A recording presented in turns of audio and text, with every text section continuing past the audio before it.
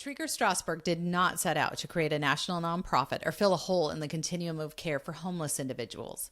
Back in 2009, she did not plan on establishing a system that would help thousands of veterans, women, children, and families to stop the revolving door of homelessness for them. She had no intention of connecting with countless volunteers and supporters who shared her life view of leading with empathy and dignity. She just wanted to help a friend in need. Well, to date, Humble Design has furnished over 3,200 homes for over 9,000 hardworking moms, dads, kids, and veterans exiting homeless shelters.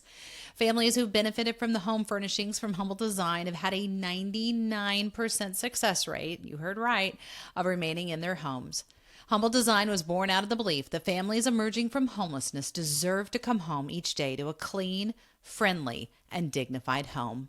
Many of these families have left behind all personal items upon escaping and entering an emergency shelter. Most have no beds, books, toys, or furniture to call their own. Today, up to 13 homes a week in 5 cities across the country are furnished and decorated with the same care, love, and empathy that her very first client received. This is why we are proud to welcome her to this Thanksgiving edition of A Colorful Conversation.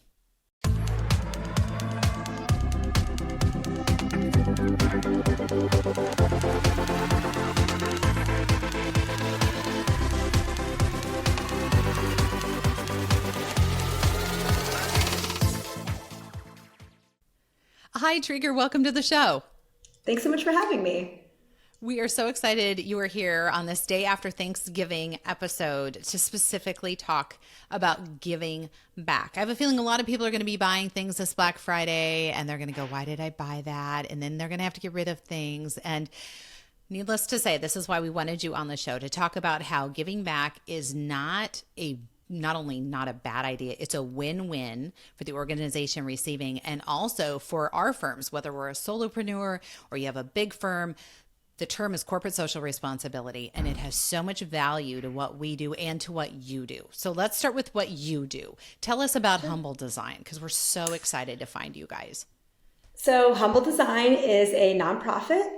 We furnish homes for families who are leaving unhoused situations, coming from homeless shelters, veterans, families, children aging out of foster care. And usually they move into their first home or apartment and are sleeping on the floor. So what we do is we provide everything that that family or individual would need to restart their lives by way of decorating and furnishing their entire place. Which I absolutely love. And you have a ridiculous success rate. 99%. Is that really true? It is really true, and it's kind of hard to get our head around, and we can talk about what that means and why us and why that is so successful, but there's a lot of different theories on that. That is interesting. Tell us, let's go down that path for a minute. Why do you think, because a lot of people would say, oh, that's so great as designers, like you're going to give us a painting or an extra bed frame or something that came in with a little ding or a scratch. And it's not just that, you're fundamentally actually changing the outcome of someone's life. And tell us people about that. Well, some people have great value to the things that they're giving away, which is why it's so hard to give away your kid's crib or your grandma's, Thanksgiving table. But most of the time when we're giving stuff away to Salvation Army, Goodwill, the Veterans Association, we're ready to let it go, right? We're ready to Marie Kondo it, like get it out of my life. Yes. But oh, I love Marie. Now you're speaking my language. Does not bring me joy. Goodbye. But yes, really goodbye. that item is somewhere in the United States, somebody really needs that in that moment. And it would be impossible to be able to purchase that with their current condition and where they are. And so what is not built in this country yet, which we're trying to do, is that bridge between what you no longer need and what someone really does need. And we haven't changed that bridge since World War II and Salvation Army and Goodwill, but there's so much more stuff now.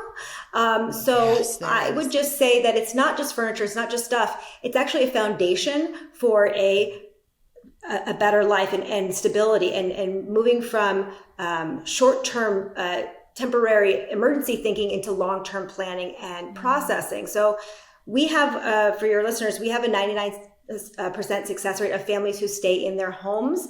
And according to HUD, which is the national numbers, about 50% of families go back into homelessness within 12 months. So we've had articles written on us by like Fast Company, and we've had some data sets done, like why why is this working, and why does this actually put a foot in the revolving door of homelessness? And it really comes down to, if I can be succinct, it comes down to empathy and dignity and finding pride in where you live. And designers know this intimately. They can live this. Absolutely. I mean, we talk about that so much when we talk ontological design. We are not just designing spaces, but spaces are designing us back. And science shows over and over again, people rise to the level of their surroundings. And so when you can give them that space, and to your point, give them the dignity and the empathy and see them as someone who, yes, you deserve a home and we're going to give it to you, they rise to the occasion. And that is an amazing thing to watch happen if you've never seen it. It is breathtaking to watch. We treat all of our clients just like that, just like interior design clients. And we ask them all the same questions. What do you like? And what do you see in your home? And what do you want to use this room for? And what do your kids like? And what are they into? And what's been your dream? And do they have asthma? And all these questions, instead of when we meet our families who come directly from the homeless shelters, they are expecting little to nothing. And so when we see them, their shoulders are rounded, their chin is down, they're embarrassed by the emptiness of the place. They've had the worst year of their life. 84% of our families are single moms with kids, because that's what's in the shelters. That's not who we choose. That's just what comes to us. And so the mom is usually like meek and quiet and embarrassed. But after we come in 3 or 4 days later, we ask the family to leave. We move everything in with volunteers, and we introduce them back into their space, almost like a move that bus moment. And we ask them to come back in, and you can see the chin goes up, the chest comes out, the shoulders are back, and all of a sudden there's pride in your surroundings. And the first thing out of most people's mouth is who they're going to bring in. They want to call their mom, their cousins, their aunts, and show them their house. Because not only is it fully furnished, but it feels like them. It feels like somebody saw them and then gave them what they could have if they had the resources to build. And that is probably more important than just the bed and then just the table. It's feeling seen. And I think that's just a fundamental truth with all designers. I so agree with you. I feel like you see it on a much grander scale, because that's our goal, right? But when you start at nothing, and then you get someone listening to you and giving you your everything, I cannot imagine how many tears and how much joy and how many emotions go along. And back to Thanksgiving, the immense amount of gratitude these people must feel, and how fulfilling that must be for you and your team. Yes, but the gratitude that I feel to be part of their story, like when we go in, I tell people, don't say thank you, because we're so grateful to come down and show you that your community cares about you and be able to do this. Like, thank you for allowing us into your space, into your heart, into this hard time in your life. And you've worked all this time to get this place. And it's really hard to get out of a homeless shelter. So you've done the hard work. We're just here to celebrate you. And honestly, like, I don't know who gets more out of it, the client or me, because we're going to be coming up on our 10,000th client soon. Oh, and that's so exciting. I ugly cry every single time. Yeah, I love that.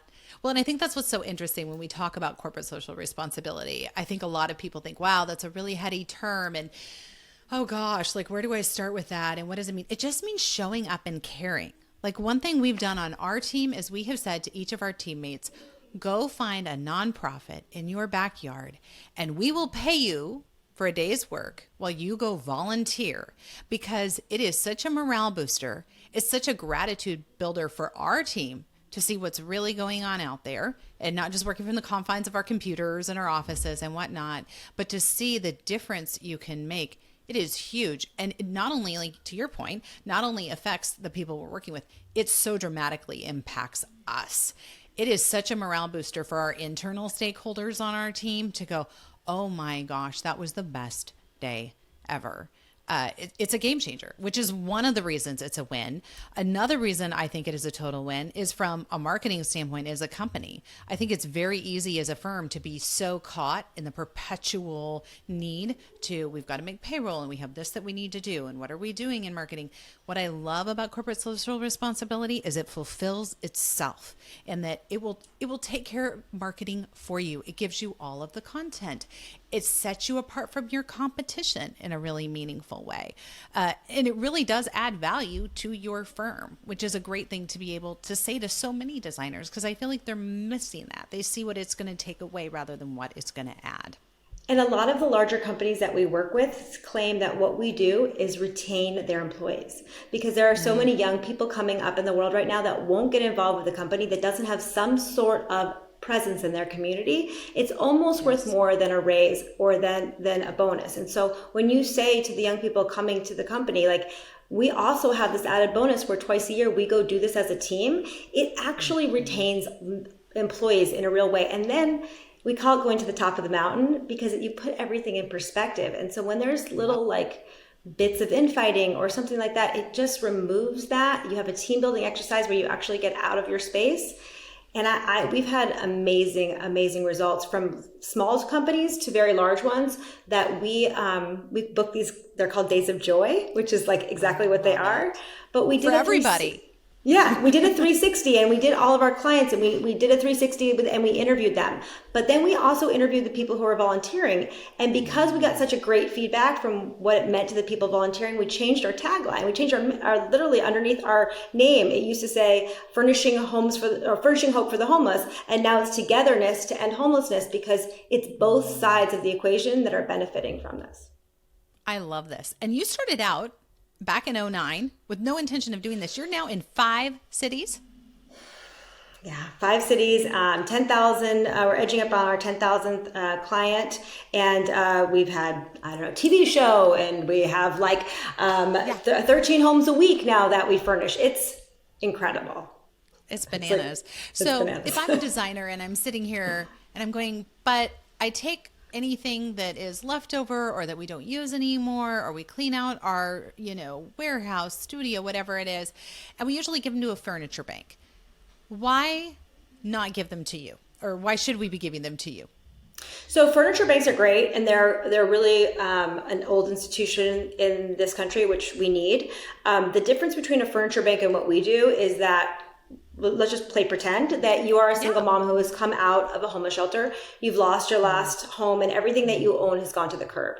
Chances are a large percentage of our clients don't have a car or transportation, or don't have a large enough car to put anything in. So imagine being a single mom with 2 kids and trying to get a dresser from the furniture bank to your house. It's like learning how to fly. Like, how are you going to put a dresser on a bus, right? So then you either have to pay the furniture bank to get it to you, or you have to then rent a truck to get it to you. Or the furniture bank gives you a voucher and you get 1 chair, 1 table, 1 bed, 1 desk. And so you get everything, and it's just whatever it is they have, that's kind of what you get. And that doesn't feel at all like something that's going to remain in your house, something that you feel proud of, something that you feel. So you're going to invite people into your home and you have a chair and a table that don't match. You've got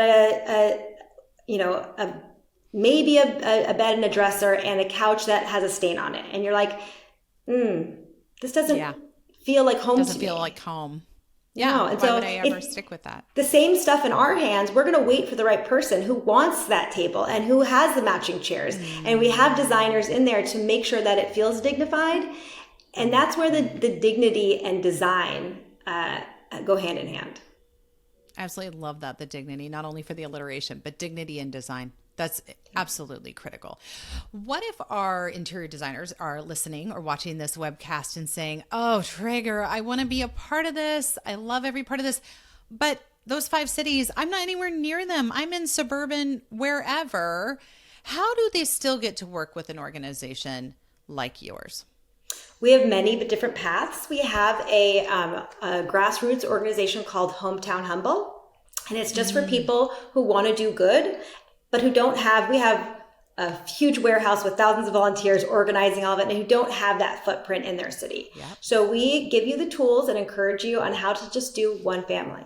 Let's just say around Christmas, you and your friends want to get this done. We'll give you the checklist. We'll show you how to get the shelter to make contact with the family that you want to help. We'll show you how to walk you through it, because we have not cornered the market on doing good. And we don't have any proprietary information that we don't want to share with everybody in the world to make sure that you can do this, even if it's overwhelming the size of Humble. I started in my garage.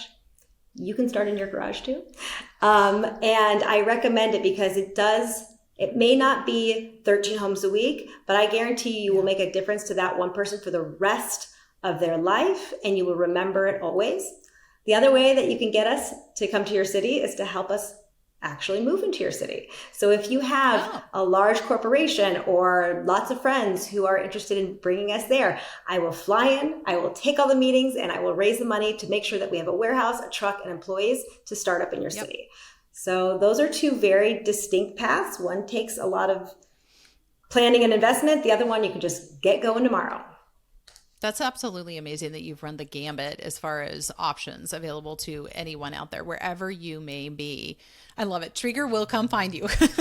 If you show an interest, she's going to show up or get you documentation or go make it happen in some significant way. You know, the human element of this, I think, is everything, especially because when we donate to a Goodwill, it's often resold at a profit to someone who wants it. Don't get me wrong. But the idea of giving to some place that's actually putting together a cohesive design for someone who actually needs it, it really is breathtaking. What are do you have a standout story in your mind was there a tipping point, in the words of Malcolm Gladwell, was there a tipping point for you when you went, this isn't just going to be a one-shot wonder in helping this one family from my garage? Or was it further down the road when you said, okay, I now understand my life's calling. This is what I'm destined to do. And I'm part of a bigger picture. Was there one family like that? Yeah. So my favorite families change from month to month because there's always a new story. And so I have my current family that is my favorite one right now, my story. But the one that changed me, or the moment that changed this from us after school project or a weekend project with friends to, so at the beginning of this, I would gather the furniture in my garage. And my friend and I would go through it, and we would look at, I think we have a 3-bedroom with a little boy because we have a crib. So we would call the shelter and we'd say, who do you have that would fits this profile? And they would find us a family. And so then after that, we said, if you have other families that we don't, that doesn't necessarily fit this, just have them fill out this paperwork and we'll get to them when we can get to them.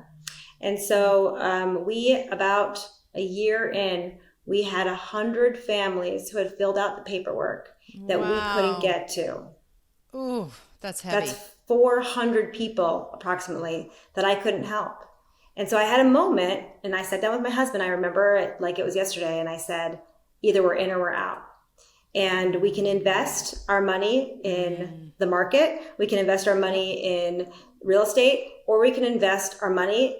This is not going to pay the same dividends, but it will pay us back in the amount of love and karma and tenderness for our community. So we sat down. Higher dividends than any real estate investment. Well, if money doesn't buy happiness, but certainly this money that we invested has bought me so much happiness. And so we didn't get any money back out of it, clearly the opposite. But that small investment that we made at the beginning that helped us grow has created multiples of joy. And then I will say, so we started to work on doing one family every 6 weeks, 2 family every 6 weeks. Then we got up to 1 family a week, 2 families a week, 3 families a week, and then we spread to the other cities.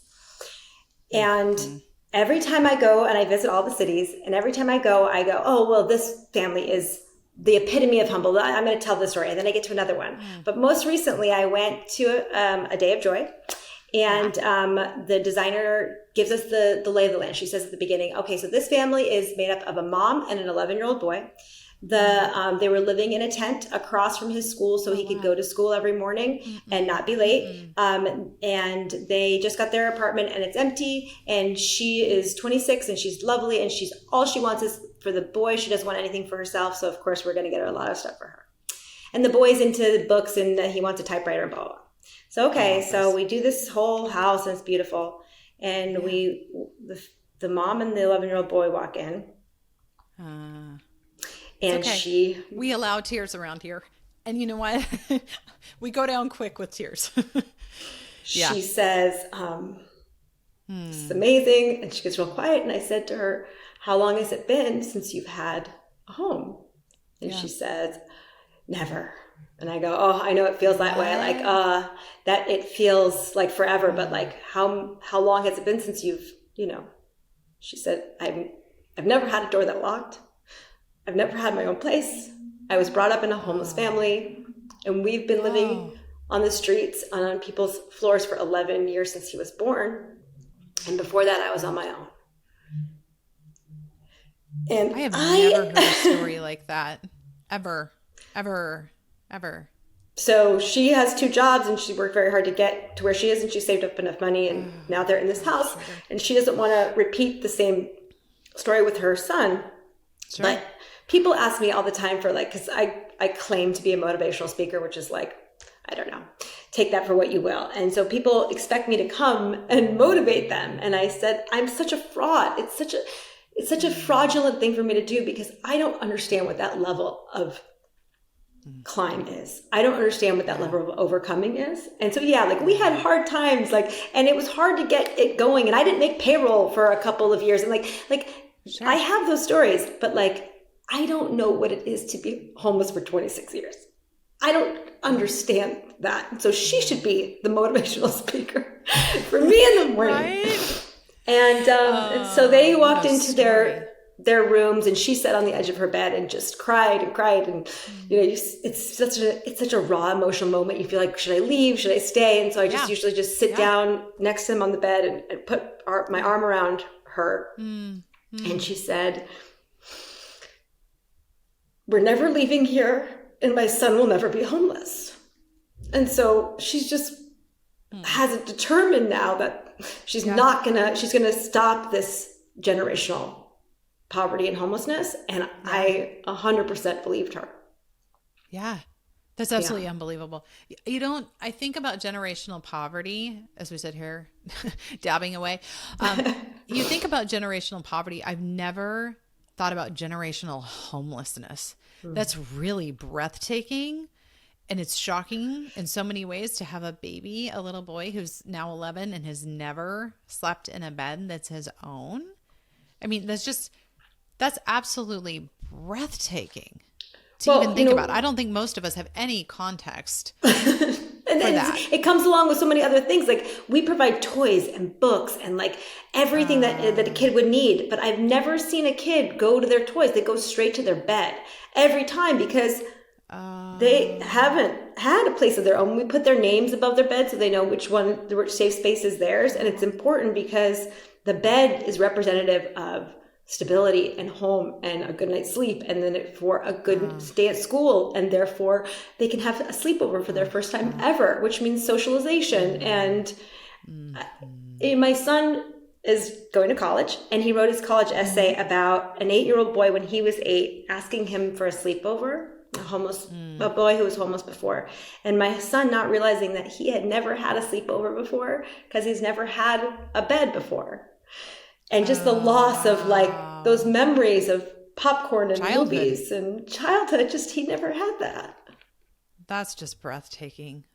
That I can see. Wow. Yeah. That leaves me speechless. It also makes me entirely realize why you did what you did and how you haven't looked back or shied away from the challenges before you to go make this happen. That's absolutely incredible. My families are insane. Designers. Say that again. And my families are insane. They are the gift to me, the families that I get to meet. I love that because we've talked about this a lot.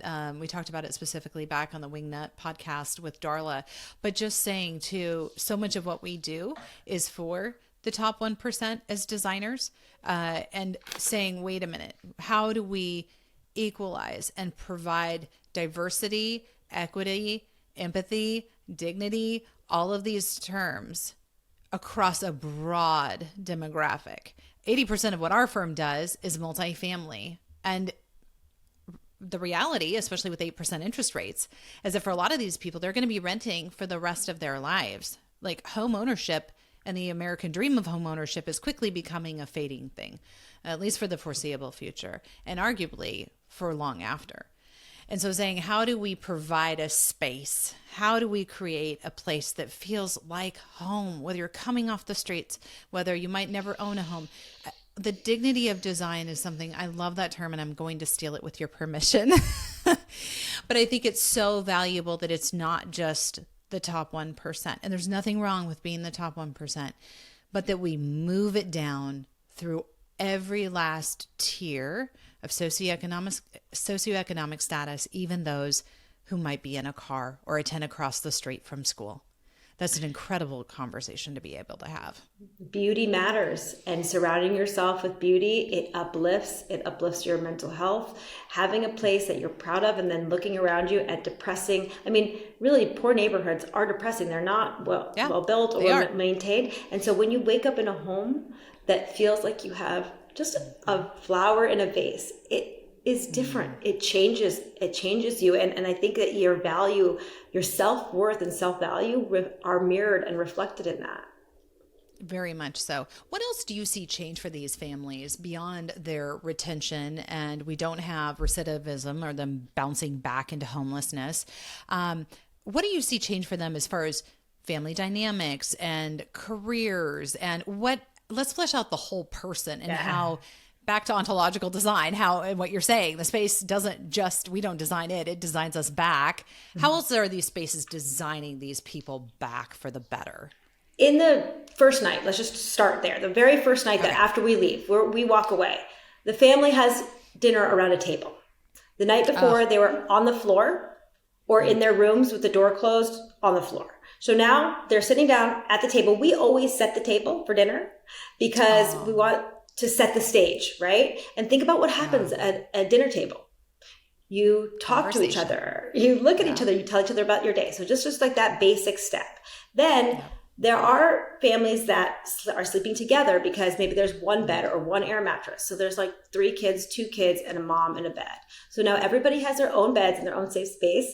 And the good night's sleep, every one of your listeners can understand what a good night's sleep does to an individual, right? Absolutely. And then in the morning, their clothes are in the drawer, not on the floor, not in a trash bag. Their clothes are put away in a drawer, hanging up. So getting dressed for school, getting out to school on time becomes infinitely easier. The pots, the pans, the spices, the eggs are all where they're supposed to be. Up, in, out the door, making it to school, making it to your job. Then let's build out 6 months. A lot of homeless children have been moved from school to school when they move homeless shelters, or when they move, they're sleeping on someone's floor. That person gets tired of them crashing there, they have to move somewhere else. So they're moving school to school to school. Now they've been in the same school district 6 months, 1 year. We've had clients whose children have been diagnosed with profound hearing loss, but only after they've stayed in the school district for long enough for the teacher to understand what was going on and why they weren't learning. So that matters. Now they meet their neighbors. Yeah. Now they've met their neighbors and they have relationships with their synagogues, their churches, their community services. They have people that they recognize, and it changes entire communities. When you stay and you feel a part of a larger group, it changes everything. So we've had families who have definitely gotten off government subsidies. We've had families who've increased their education. We've had families who've increased their profitability at work. We've had families who have been able to give back, to start nonprofits, which is like, I think that's the pinnacle, right? That's the huge win. Oh my gosh, that's the 360. I mean, that's just life coming full circle right back to where you want it to be. I think that's absolutely incredible. What do you say to the designers out there that may be going, Treger, this sounds amazing, but like, I don't know. It sounds like a lot. Am I going to have to hire more people? Even if we do one family a year, I'm just not sure. And I'm sure you run into these organizations that are just hesitant because Once again, it's very much easy to see what we're going to be giving rather than getting beyond the emotional. What are the brass tacks business reasons why? I know we've talked about a couple of them, but other ones that you're like, you're missing this because this will not just help your employee retention. It's not just going to help morale. It's not going to help team building. It's going to do X, Y, and Z. What are we missing in that list?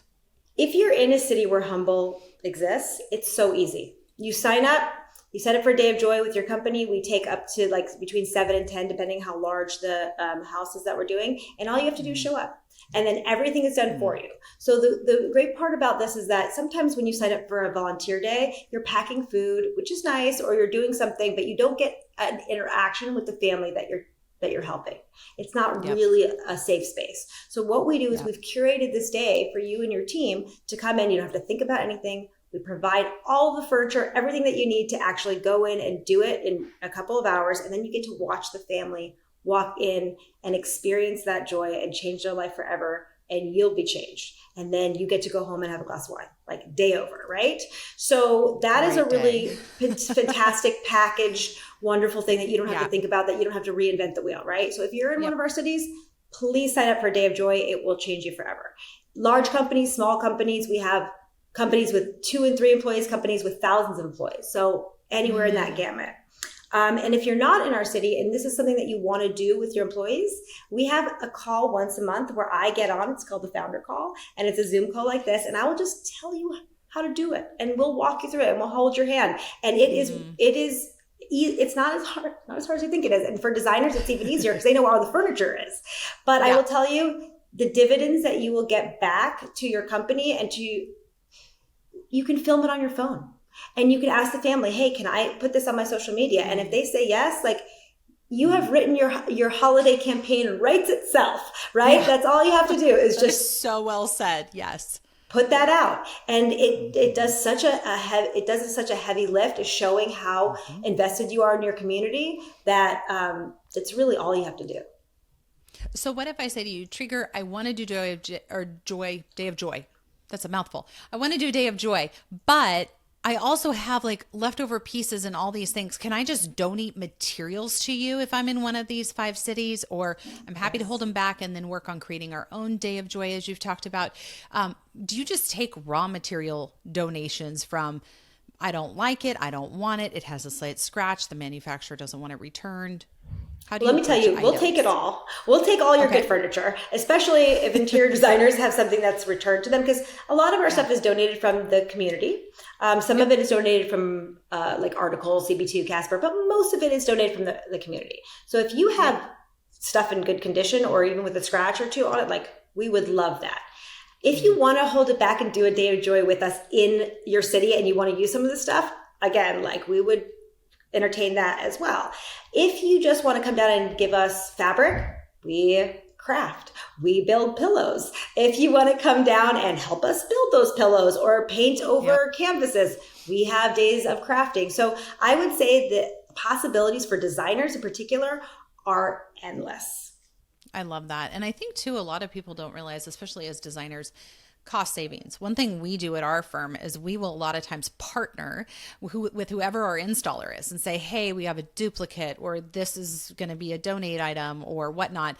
And your partners within your own organization and that you're relying on they'll often say to us, yeah, I'm happy to drive that to the appropriate donation site. There's no additional charge. They are happy to partner with doing a greater good. And so relying even on your installer or that art hanger or whoever you're working with to say, hey, will you partner with me on this so we can get this to a donation and get this over to Humble? We can get it to somewhere where it's going to be used for a greater good beyond just resale. And I think that's something we often forget about.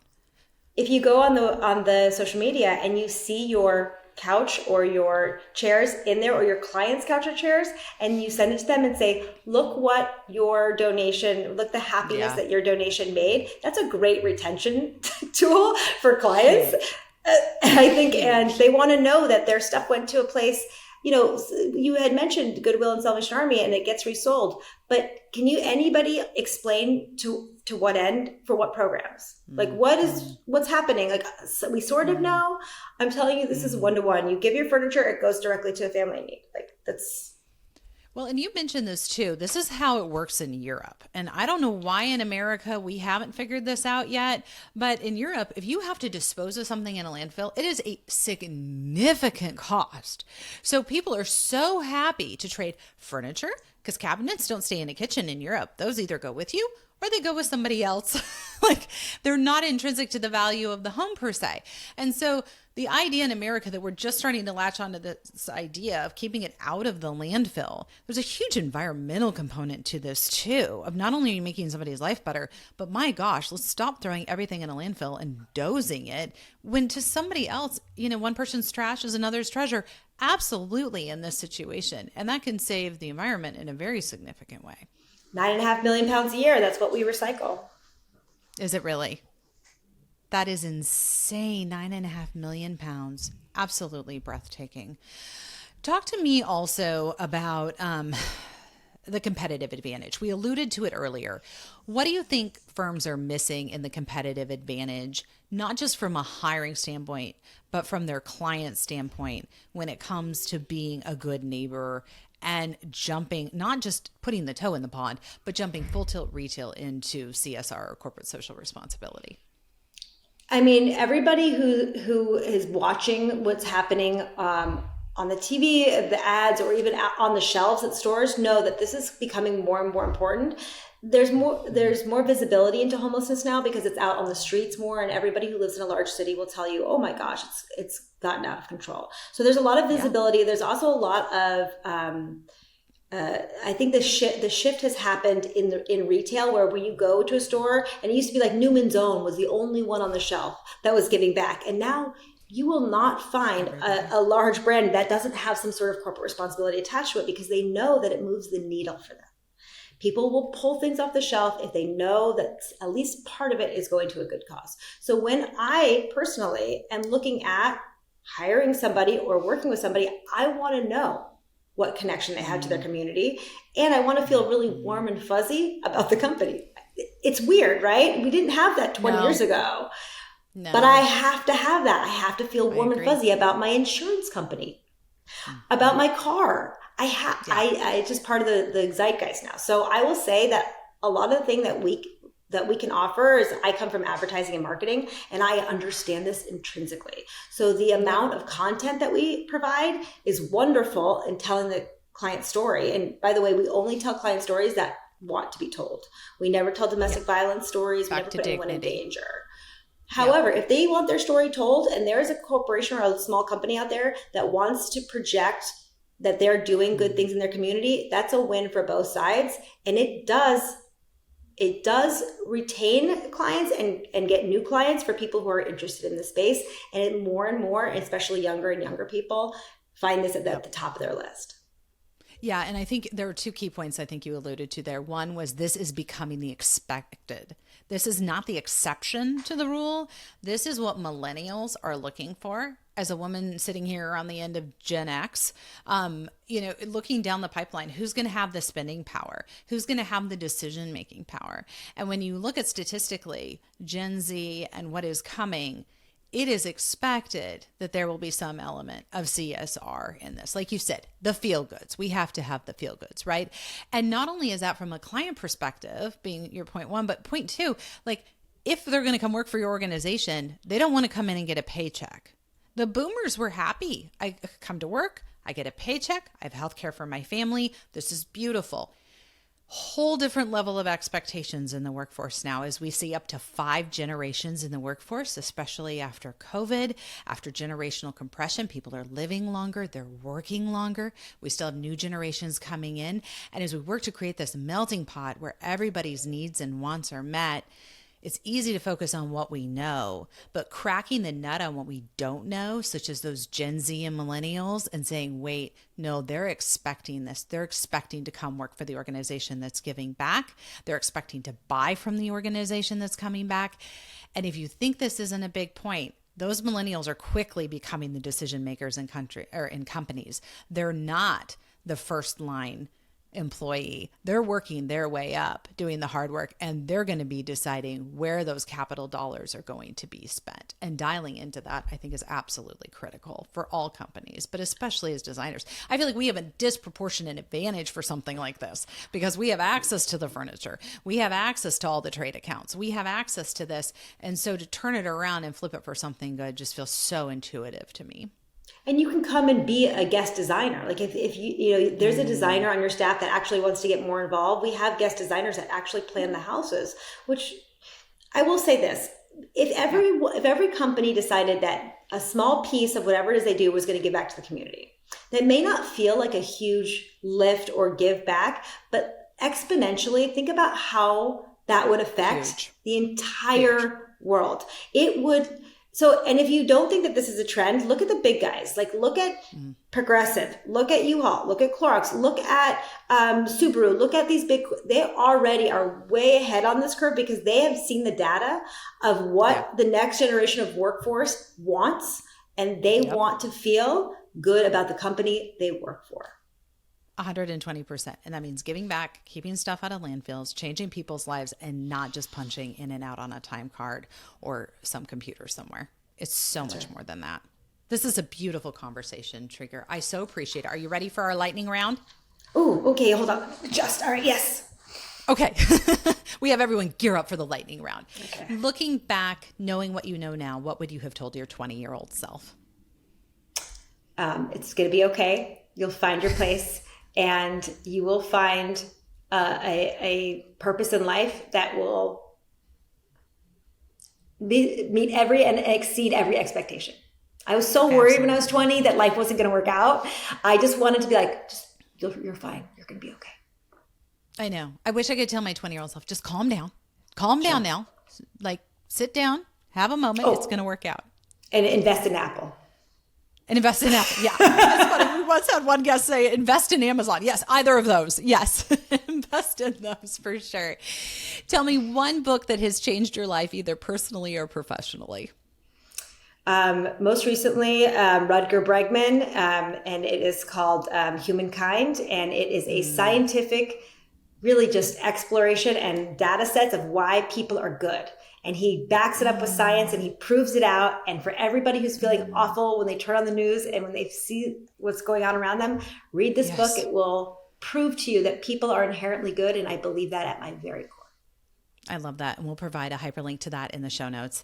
And then I think this one especially applies to you, but we always ask, what is your greatest time hack? Because I think it could feel very overwhelming, as you alluded to earlier, the amount of homelessness. It doesn't matter if you live in a city of 30,000 or 6 million, it's knocking at everyone's door. And I imagine you feel like you're drinking out of a fire hydrant most days. How do you manage that, given that there are 24 hours in a day? Well, I want to help everybody. I do. Yeah. But I also realize that it's not my sole responsibility to solve homelessness. And why I learned so much, and I have so many opinions on how we can move forward. I also realize that I can only do what I can do. And if I can do that to the best of my ability, then I trust that you will do what you can do to the best of your ability. And it has to be enough. I have to be enough. Yeah, that's beautiful. Treger, this was a fabulous conversation, and what a beautiful way to celebrate the day after Thanksgiving by one realizing we are all so incredibly blessed and the responsibility and privilege that comes with that blessing and giving back to others through corporate social responsibility. Thank you so much for being on the show. Thanks for having me. Amazing. Thank you.